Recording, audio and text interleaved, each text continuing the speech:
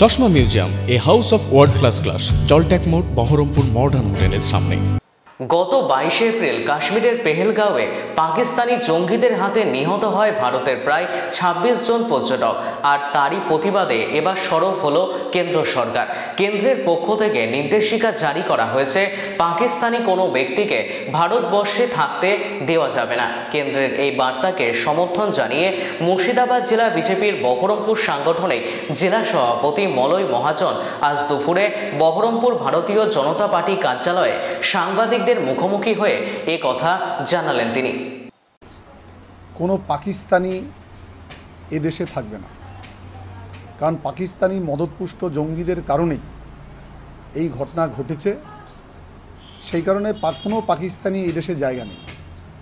সেই কারণে ভারত সরকার একটি নির্দেশিকা জারি করেছে, যে নির্দেশিকার কারণে এদেশে ভিসা নিয়ে আসা সমস্ত পাকিস্তানি নাগরিক এবং ভিসা ছাড়াও যদি কেউ থাকে যারা পাকিস্তানের বাসিন্দা, তাদেরকে দ্রুত এদেশ থেকে বিতাড়িত করতে হবে।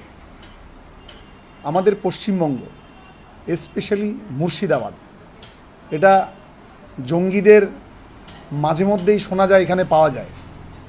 সেই কারণে পশ্চিমবাংলায় মুখ্যমন্ত্রীর কাছে এখানকার ডিএমের মারফত আমরা আমাদের দাবি রাখছি যে মুর্শিদাবাদেও এই ধরনের কোনো লোকজন থাকলে তাদেরকে খুঁজে বের করে পাকিস্তানে ফেরত পাঠাতে হবে। মূলত এই কারণে আমরা আজকে এখানে এসেছি।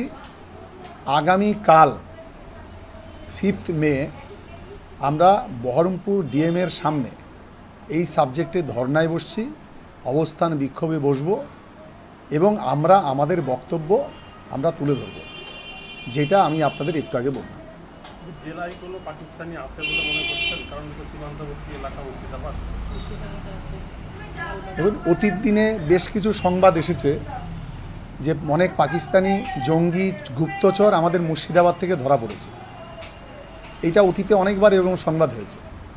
আর বিশেষ করে আমরা মুর্শিদাবাদের মানুষ, আমাদের পার্শ্ববর্তী যে প্রতিবেশী দেশ, সেইখানে হয়ে তারা এখন পাকিস্তানের বন্ধুর ভূমিকা পালন করছে।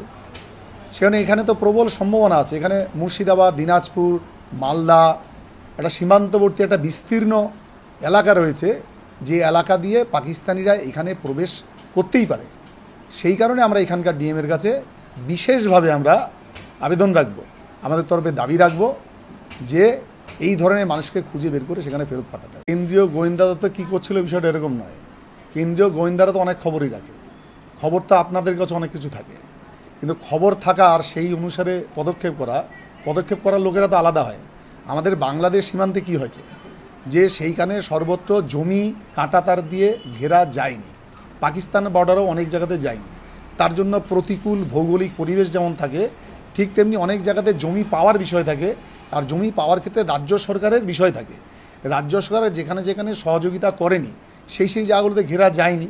আপনার 1000 কিলোমিটার এরিয়া আপনি ঘিরলেন, কিন্তু অল্প একটু জায়গা আপনার ঘেরা বাকি থেকে গেল, তাহলে কি হয় কি সেখান দিয়ে তো সেই অনুপ্রবেশই হবে।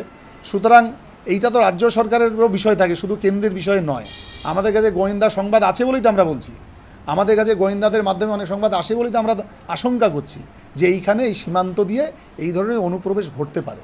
সেজন্যই আমরা আপনাদেরকে আজকে বলছি, আপনাদের মাধ্যমে বাকিদেরকে আমরা জানাতে চাইছি যে এইটা ডিএমকে, মুখ্যমন্ত্রীকে, এখানকার সরকারকে, প্রশাসনের যারা কর্তা ব্যক্তি আছে তাদেরকে আমরা দিতে চাইছি যে এই ব্যাপারে তারা সতর্ক হন, তারা খুঁজুন, ধরুন, পাকিস্তানে ফেরত পাঠান। না, একটা জিনিস দেখুন, এইটা এমন একটা প্রশ্ন আপনি করলেন যে আমাদের কাছে স্পেসিফিক যদি কিছু তথ্য তাহলে তো আমাকে তো বলতে যে অমুক যাতে অমুক লুকিয়ে আছে। এই ধরনের স্পেসিফিক সংবাদ আমাদের কাছে নেই, কিন্তু এই ধরনের সংবাদ অতীতে যেহেতু মুর্শিদাবাদে হয়েছে, আমরা আশঙ্কা করছি ইতিমধ্যে অল্প কিছুদিন আগে যেহেতু আমাদের প্রতিবেশী দেশে অনেক কিছু ঘটে গেছে এবং তারপর অনেক সমীকরণ বদলে গেছে, সেই কারণে আমরা মনে করছি সেই কারণবশত এইখানে এই রকম সম্ভাবনা যথেষ্ট রয়েছে পাকিস্তানিরা থাকার।